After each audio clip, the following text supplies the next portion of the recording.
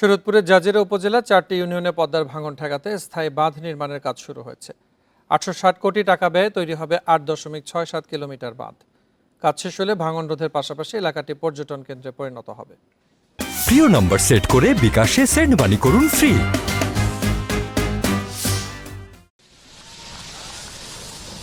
গেল 10 বছরে পদ্মার ভাঙনে বাড়িঘর হারিয়েছে জাজিরা উপজেলার প্রায় 5,000 পরিবার।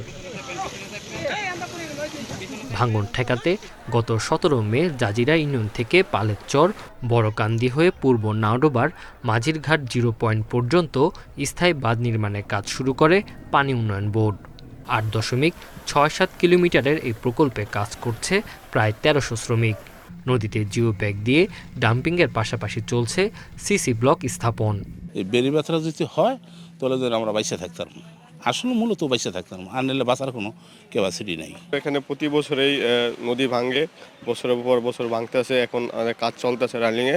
আমরা চাই দ্রুত আমাদের বেড়িবাঁধটা সক্ষম হোক। আসলে যুগে যুগে আমরা নদী ভাঙনের শিকার। আমরা ছোটবেলা থেকেই দেখে আসছি।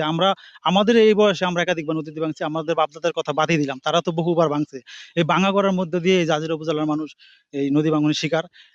পানি উন্নয়ন বোর্ড বলছে 2026 সালে জুন নাগাদ প্রকল্পের কাজ শেষ হবে। এতে ভাঙন রোধের পাশাপাশি এলাকাটি পর্যটন কেন্দ্রে পরিণত হবে। জিও ব্যাগ ডাম্পিং সহ ব্লক কাস্টিংয়ের কাজ চলছে। আমরা আশা করছি নির্ধারিত সময়ের মধ্যেই প্রকল্পের কাজ সমাপ্ত হবে।